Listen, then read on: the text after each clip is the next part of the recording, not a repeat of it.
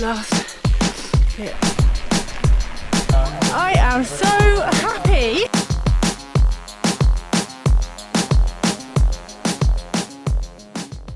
Good morning. It is the start of stage 2 of Titan Desert Almería. And today we've got, I think, 88 kilometres, 1,700 metres of climbing, a lot of heat and dust, and also, annoyingly, some sand rivers that I've heard about in the briefing. Not a fan of sand rivers. But hopefully my body is going to fare okay after yesterday's effort. I'm really looking forward to this, actually. Yesterday's was really fun, apart from the sand rivers. There's quite a lot of things to do before I set off, which obviously, with my lack of any organisational skills, I find slightly tricky. So all the bikes are stored in this compound overnight. So you have to bring over your water bottle, make sure your hydration pack is filled. That's got my gels and nutrition. I've got to make sure I've got the route on my bike computer, and I've got all the kit to wear as well. And then you have to go and register by scanning this wristband that you've got. Go and register, drop your bag for the end of the stage, where you're going to get collected by a bus and brought back here. It's quite a lot logistically for someone who struggles with that, so I'll be really happy to just be out on the bike. Cameras on, bike computer, water. I already nearly lost a glove. Best eat this and then let's go. So the second day was a little bit shorter, but to make up for that there was a bit more climbing, so it was about 82 kilometres and I think nearly 1,800 metres of climbing. So we set off on a neutralised start. Morning. And then we headed towards this massive climb. Sweating already. Come on, little legs. Get up there. Again, very difficult to film and ride and breathe and stay upright. But I just wanted to show you this incredible landscape. I'll say it now, before we start the big climb of the day. This race is really putting a smile on my face. I'm genuinely riding around, smiling. It is so fun, and I'm so glad about that. After that UCI gravel race that I didn't enjoy, I'm slightly nervous. I come here and feel the same. It's not like that at all. Up.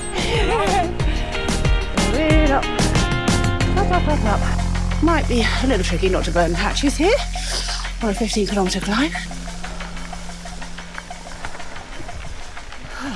So the climb was an absolute beast and seemed to go on forever and ever. Looking here, it looks like it was about an hour and a half, and you can see my power from that hour and a half. I think I could have done better on this climb. I could have tried harder, but obviously I had the race from the day before in my legs, and then it was incredibly hot and I didn't have a huge amount of water at this point. Anyway, we got to the top and immediately all that suffering is forgotten. I was dreaming of Coca-Cola the whole way up that climb. Because there was this really fun little bit of single track. Unfortunately, because we had all sort of gone off at the same time, there are a lot of people in front of me, so I wasn't actually able to ride all that single track. I had to get off because I kept, catching up with people in front of me, which was a shame because obviously you put all the effort into that climb and then you have to walk down the descent. But anyway. Look how much I've been sweating. Look at the salt lines. See that?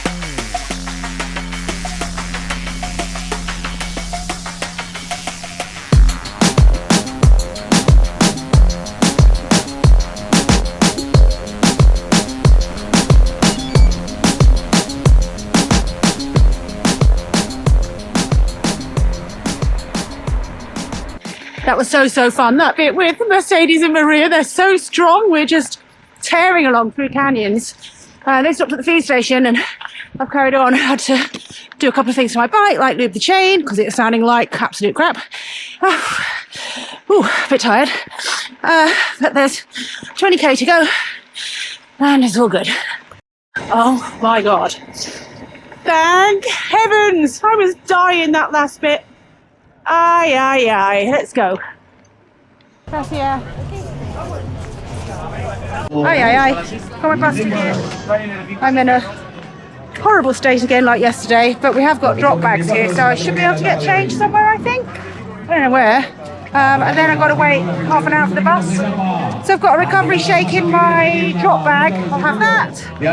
Some water.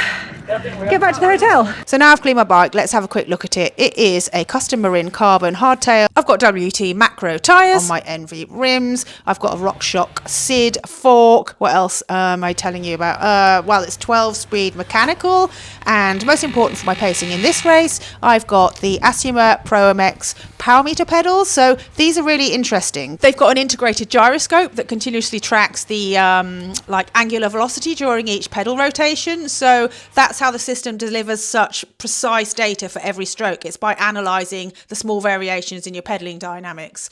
You've got things like platform centre offset, which shows how the force is applied across the pedal surface, offering a bit of insight into your balance and positioning, or power phase, which is the portion of the pedal stroke where maximum power is produced. Torque efficiency. I mean, there are so many interesting metrics with these pedals. I could go on and on about it for hours. Diving into the stats, I can see, again, disregard these power records because they're not reflective of my overall cycling career. I can see that it took me 5.5 hours. My TSS was slightly higher than the day before, actually, at 296. And my normalised power, can we see that on here? Where would that be? Average power 127. So, well, I suppose over 5 hours, that's not too bad. Obviously, you always want things to be a little bit higher. So according to Strava, I burnt 2,500 calories. Now looking at this, you can see that the average temperature was 25 degrees C. I know for a fact that it was 31 on the climb, and my average heart rate over those 5.5 hours was 130 BPM. Stage 3 was the Queen stage. I'd been kind of nervously anticipating this. I knew that it had the most amount of climbing and it was going to be the hottest, the longest, you know, the hardest stage. Okay, so today we're riding into the Titan Desert and I'm really quite nervous about the climb, which is friggin' enormous. I don't even know how long, but it's longer than yesterday and more elevation. So I'm trying to keep it fairly easy on the way up to the climb, but you have to make a choice between going your pace or sitting in on someone else's wheel, going their pace, but getting there quicker. So there's all these decisions to make, but it looks like it's going to be a fun day if I can just survive the climb. In fact, we're already climbing. It's a climb from the start pretty much today, but when I'm referring to the climb, I guess I mean the timed segment. Not that I actually care about my time, I really don't, but I suppose it has become this thing in my mind.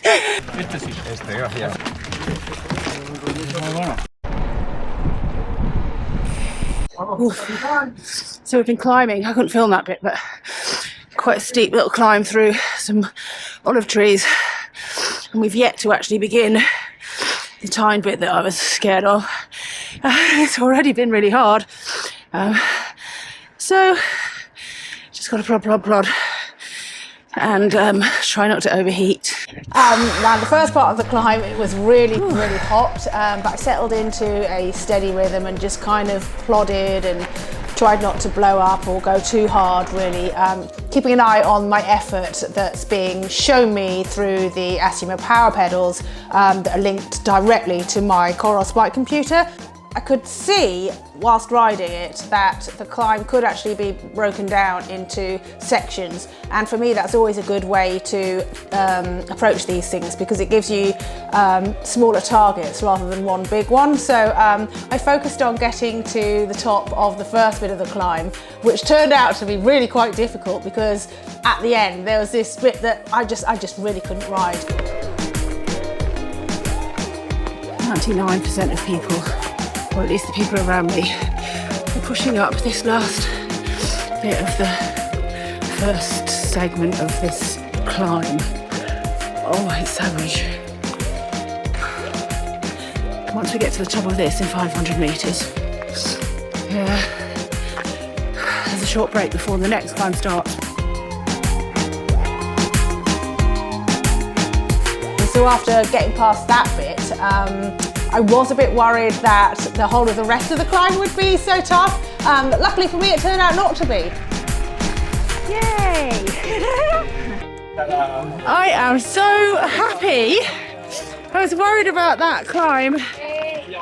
Well, for the whole event and even before the event. That's what I was worried about. And I did it.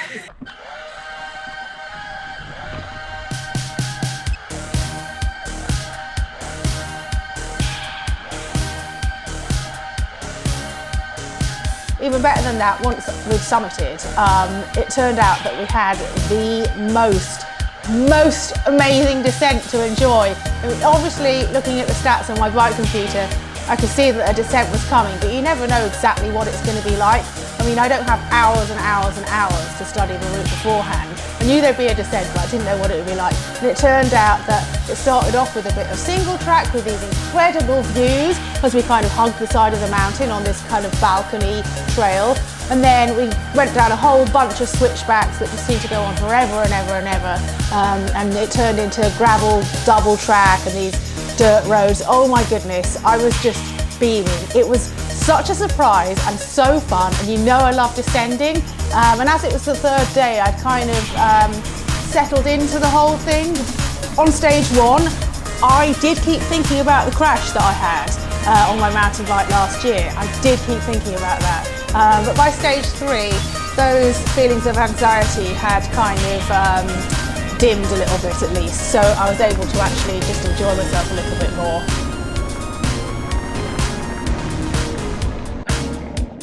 Most fun ever. Oh my god. That was amazing.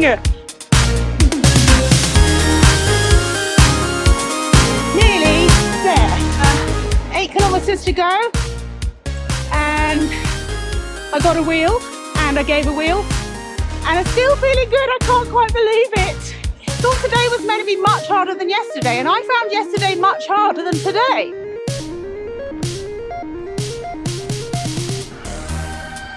Está la llegada, enhorabuena, Juliet, Elliott, Marco Hinado, Carles Sabater. Good morning! Finding all the creative places to film. It's always dark when I get up and the lighting's terrible. So here I am in my glamorous bathroom, feeling very tired. It's the 4th day of Titan Desert Almería, and today's stage should be a little easier than the other stages. The Queen stage yesterday was obviously the biggie, but today there's an added dimension in that I need to finish it quickly in order to catch my flight home. I have to get home today, and there's only one flight available that I can actually get. Legs are feeling, well, I can feel them. Back was a bit stiff when I got up, but I'm going to do some stretching and mobility exercises once I get to the start point. I did that yesterday as well. It's been increasingly difficult to film as much stuff as I want to tell you the story, because obviously I'm quite tired. And also I look back on some of my camera footage and I'd forgotten to connect the mic, so yay. But yeah, looking forward to another day. I've just had a really nice breakfast. It's such a luxury to just race my bike and not do any cooking, cleaning, laundry, anything like that. So I will enjoy this last day and then get back to it.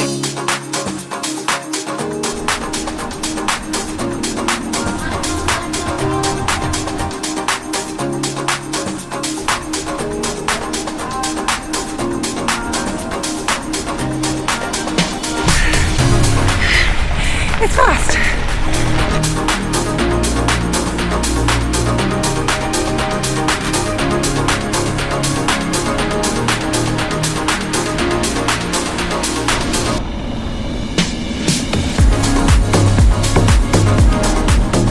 Phenomenal day. Oh my god.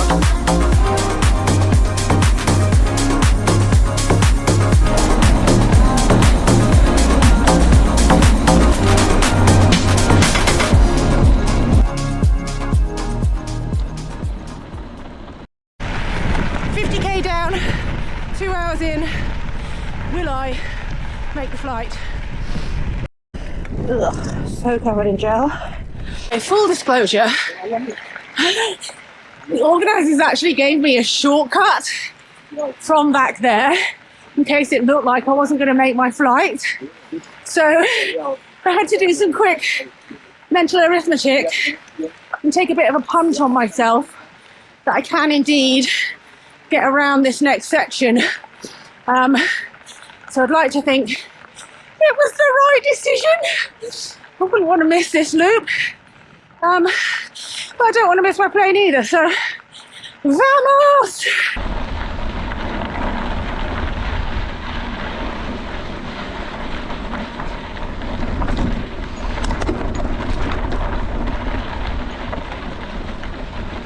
I mean, if it goes all the way to the top of that mountain, I'm missing it.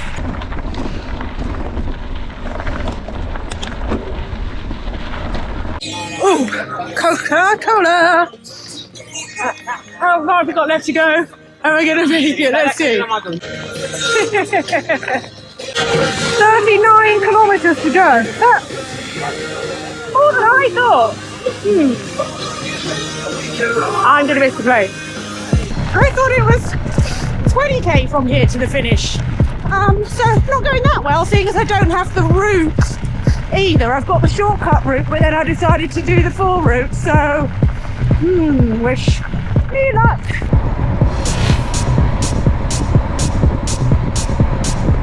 I think that sign might have been wrong.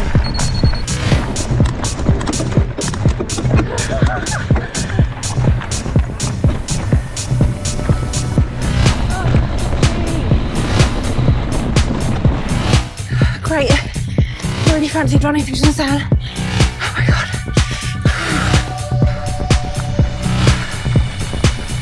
Dad. Yay! Yay! Juliet? Okay, now let's see what time it is and if I can make this right. So my aim here was to complete it in 4 hours, and as you can see, when I go through the finish line, I completed it in 4 hours, 2 minutes and something or other, including the stops. So I guess I should have been quicker on the bike or not stopped for water. But yeah, 4 hours to do nearly 85 kilometers ain't bad, eh?